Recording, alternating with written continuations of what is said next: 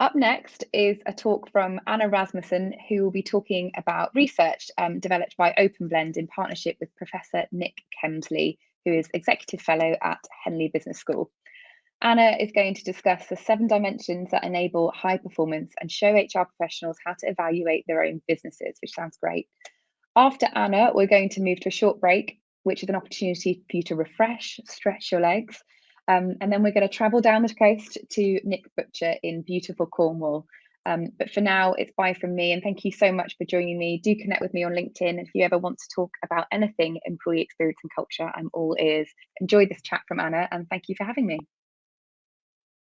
Good afternoon. Thank you so much to everybody for joining us today in our discussion, Enabling Performance with the Modern Workforce. So this is very much a session to support all of you to do a self-evaluation on your own businesses. So to make this quite interactive. My name is Anna Rasmussen. I'm the founder and CEO of OpenBlend, and I'm absolutely delighted to be joined by Professor Nick Kemsley, who will introduce himself shortly, but is the brains behind this research. So I'm going to start with a quick overview, and then Nick is going to take us into the key findings and much more importantly, give people some pointers to evaluate their own businesses against each of the 7 dimensions that came out of the research.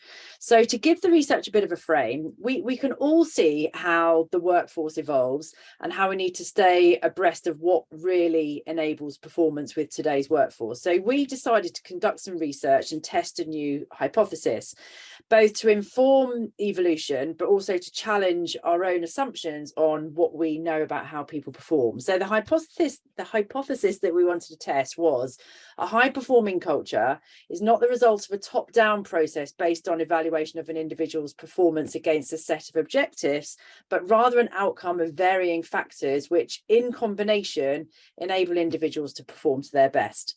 So beyond understanding what these factors might be, we had a big deep curiosity around what it was that either helped or got in the way of these enablement dimensions and where organizations were making progress and what they were doing so that we can share that in the research. It would have been completely inappropriate to ignore the fact that of COVID and the pandemic and how a lot of organisations are very, very different now to how they were 2 years ago. So we incorporated that in, and we look at the difference between now and what they were doing beforehand, so we can get an appreciation of that.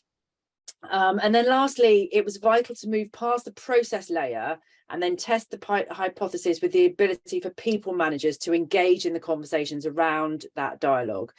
So that's the final piece that we came into. So the research was done in 2 phases. We identified the different dimensions for performance enablement. We then conducted the interviews. Then we used Nick's amazing brain and perspective on performance to analyse it, and we created a maturity model which we're going to share with you today. So I'll hand over to you, Nick. Lovely. Thank you, Anna. My name's Nick Kemsley, and I guess my background has led me to this area of performance enablement, I guess, in a number of different ways. I've had a corporate career working in HR for many years at senior level, and that included responsibility for elements like performance, L&D, talent, and so forth.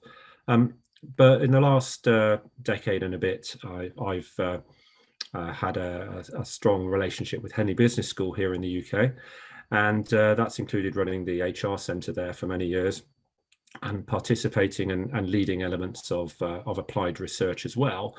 But in concert with that, I've spent 12 years or so consulting with organisations around the world on topics including performance, but also broadening to wider talent and organisational elements. So it was fascinating to have been involved in this research. And what I'm going to do in just a second is start off with just a couple definitions so that we know what we're talking about, and then lead through just a couple of the key findings from the research. There were many findings, but we just want to focus on a couple today. And then, as Anna said, allow you to leave with something practical. So a means perhaps of gaining a reasonably quick and subjective overview of the state of performance management or performance enablement in your own organizations. So without any further ado, let's just look at a couple of the key definitions that we're going to talk about today. you're going to hear a couple of phrases. One is the phrase enablement dimension. Now, as Anna said, our hypothesis going into this was that actually there's a number of interdependent elements which might be driving performance enablement here. Well, actually, in phase 1 of our research, we did identify exactly that 7 key elements, which I'll take you through in a moment. The name that we're giving each of these elements is an enablement dimension. So if you hear that phrase, that's what it means. You'll also, a little bit later on, hear this phrase manager confidence level. So this specifically relates to the comments that Anna made around those sort of grassroots level dialogue between a manager and individuals in their team. But what we mean by manager confidence level is a degree of confidence that we have as an organization, that our managers are able to hold those and are holding them in a meaningful way. Okay, so it's not how confident am I as a manager, you know, how outgoing or extrovert I am. It's much more around the confidence that we have that they are able to and willing to hold effective grassroots dialogue. And then the last one you'll hear is around the maturity of performance enablement. And this is, as you'll see later on, how we pulled this together into a maturity model, which we hope will be very helpful for you, just to give you a sense of how far along is an organization in terms of their advancement, if you like, with performance enablement and manager confidence. Okay, so those are just 3 definitions to get us going. Let's just dive into. I think it might be worth mentioning at this point, Nick, that we are the performance enablement research we are going to send to everybody who's on this call. So we're going to show you some visuals in a minute with some detail on. Don't worry too much about scribbling it all down, because we are going to send you not only this recording but also the research itself in its longer 40-page deep analysis form and in the form of a synopsis as well. So just to flag that now before we move on. Great call. Okay, so let's just look at these 7 enablement dimensions, and remember that we didn't invent these. These came from phase 1 in the research, and they fell into 7 really quite clear categories that you can see here that we've given keywords to, and the phrase that we like to use here, you know, I am enabled to perform at my best by. That's a really nice way of thinking about performance enablement. So the first of these we look at around self. This is a combination of a couple of factors. The first one is that the organization recognizes my individual circumstance, my personal individual circumstance, and that I am allowed to be myself, but also that the organization cares about that and cares about my well-being. Purpose is in the degree to which I understand the vision, purpose of the organization, my contribution towards that, but also understanding how other people's contributions work towards that as well. The third element is my interaction with work. So this is where you would see in terms of the work pattern that I might have and how that suits my performance, my ability to work in different locations, and my ability to manage my work as part of or alongside my broader responsibilities. Tools as well, if we could just move on to the next one. Yep. Tools need to be part of it as well. And am I equipped with the right things to enable me to do my work, be they systems, equipment, or work environment?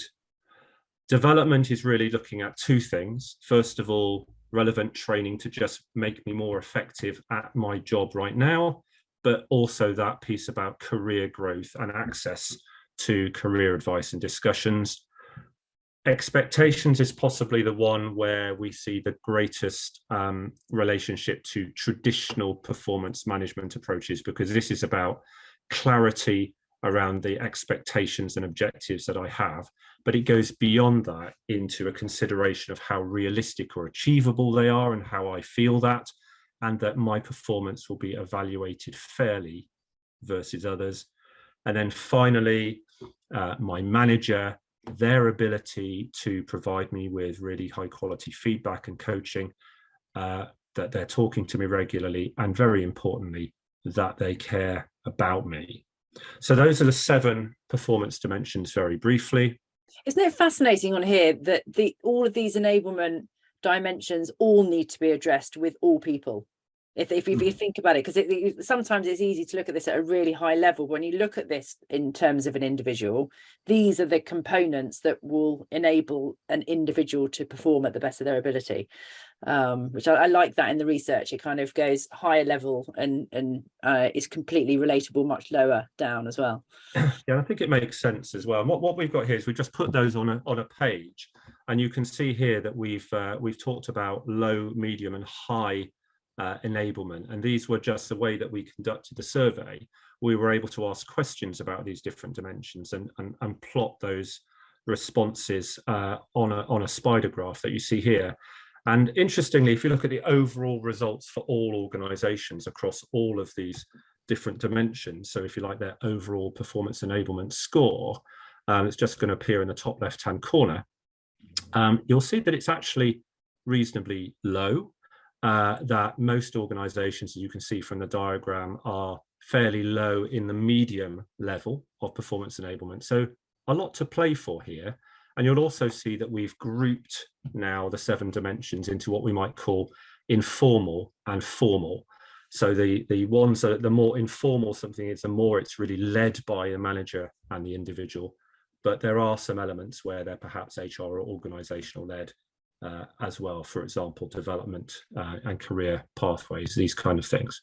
Okay, so just moving on from that to focus on just 2 key findings of the many that we did, but we think that these are really fascinating ones. So what we're looking at here relates basically to that manager confidence level that I talked about. What we've done here is to look at those organizations and categorize them by their level of overall performance against performance enablement, their maturity, if you like, that high, medium and low that we saw in the previous diagram. And we've correlated that with the degree of confidence that those organizations have that their managers are able and willing to have these kind of conversations around these different performance enablement dimensions. So the key headline is that actually this effective and this regular grassroots dialogue between a manager and their team members is super powerful in an organization's ability to drive performance enablement. And if I just relate you to the pictures, what you can see here, if I summarize it for you, is when you look at those organizations who categorize their performance enablement at the highest level for any given performance dimension, you can see that coming on for 30% of those organizations would also say they have high confidence that their managers are holding these effective grassroots dialogues. You'll see that 30% or so decreases to just over 10% for medium performance and is completely absent for low performance. I mean, this to me was quite a striking set of pictures. Yeah. That really demonstrates, a very strong correlation with manager confidence level. And just to point out the obvious here is that you can top-down approach say these are the performance enablement dimensions that as an organization we're focusing on, but unless there's confidence that a manager is able to talk about those, then it doesn't move the needle. Yeah. And another really interesting finding was when we look at the distribution of that manager confidence level around the different performance dimensions, and the spider plot that you're looking at here sort of summarizes those results for all the organizations who were part of the research. And what you can see is a real skew, a real bias in terms of the manager confidence levels toward those more formal elements of performance enablement, and that to a degree is expected. But I think it's very interesting given what we've talked about in terms of the importance of all of these in isolation. So there's I guess a danger that we become one-trick ponies in terms of some of this, or at least 3-trick ponies out of a total of 7. But I thought that was a very very interesting finding, that managers find it, or are perceived to find it, harder to deal with these less formal elements of performance enablement, such as purpose, was particularly weak.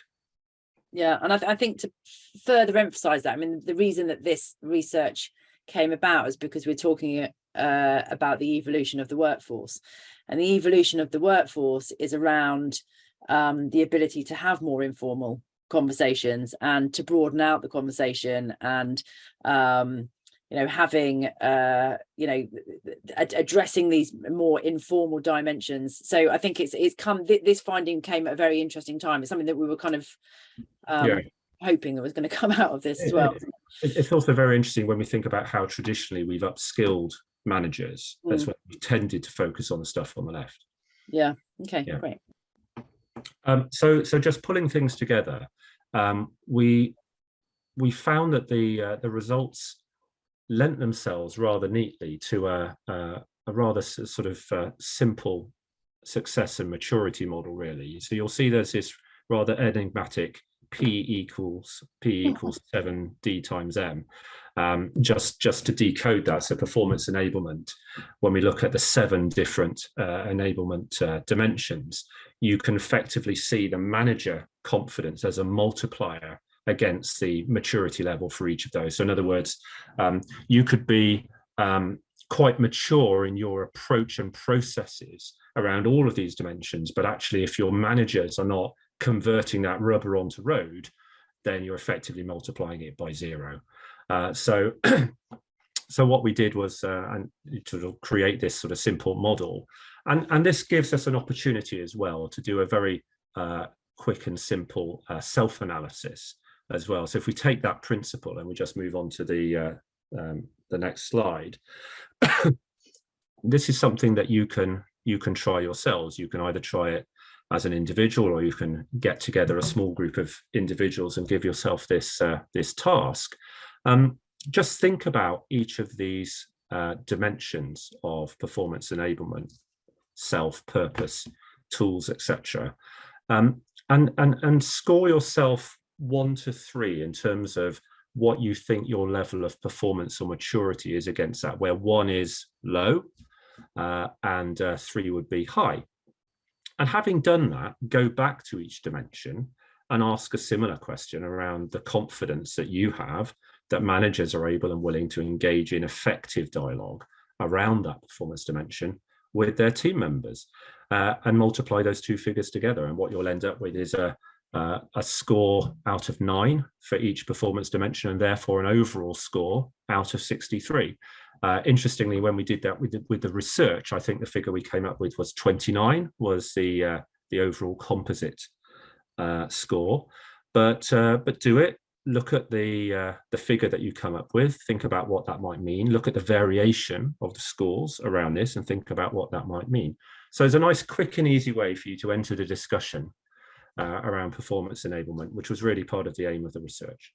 Yeah, and I think because there might be sort of different personas of people watching this session today, having a model to help facilitate a conversation between a people team, I think this is a fantastic tool to have, because obviously the conversation would lead on to what needs to happen to close the gap there. What are the watch outs? What are the consequences if you don't do it?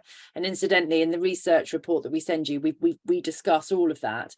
But I also think at a team level, this is fascinating to look at, just as a manager on your own, to sit down and you could score. You don't necessarily need to share this, but where you feel how mature your team is in each of these areas, and actually where you would plot yourself on your confidence to talk about these things, and then have a sort of conversation in the mirror or with a confidant about what you can do to enhance those scores as well. So I think it's equally as applicable for a people team than it is for a people manager as well. Maybe you can build that into your own individual development discussions with your manager. Yeah, exactly. Okay, so we've come to the end of our 20 minutes, so a little whistle-stop tour of our research, but hopefully you'll enjoy reading it in more detail. As I said, we are going to send this out to you. If you can't wait, you can go on to our website, openblend.com, and you can download the research there. So thank you so much for joining us today, and we hope you have enjoyed it. Thank you.